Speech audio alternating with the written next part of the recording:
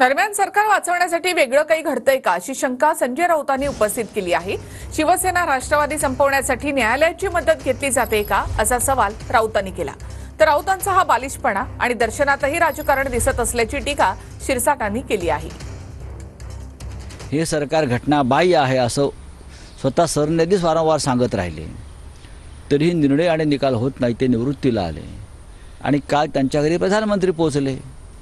त्याच्यामुळे ह्याच्यामागे काही वेगळं काय घडतंय का हे सरकार वाचवण्यासाठी, किंवा शिवसेना राष्ट्रवादी काँग्रेससारखे महाराष्ट्र स्वाभिमानी पक्ष हे पूर्णपणे खतम करायचे आणि त्यासाठी न्यायालयाची मदत घेतली जाते का, या लोकांच्या मनातल्या शंका काल घट्ट झाल्या, पक्क्या झाल्या। याला म्हणतात बालिशपणा। मूर्खाच्या नंदनवनामध्ये वावरणारे हे विद्वान हे असंच बोलू शकतात। मिलिंद नार्वेकरच्या घरी देवेंद्र फडणवीस गेले त्या टायमाला तुम्हाला काही वाटत नाही का? म्हणजे तुमच्याकडे असलेले गुपित मिलिंद नार्वेकर आम्हाला देतो असं समजायचं का? अरे कोण देवाच्या धर्माच्या कामामध्ये सुद्धा तुम्हाला राजकारण दिसत असेल तर तुमच्यासारखे नालायक लोक या देशामध्ये आहेत, हेच या देशाचं दुर्दैव आहे।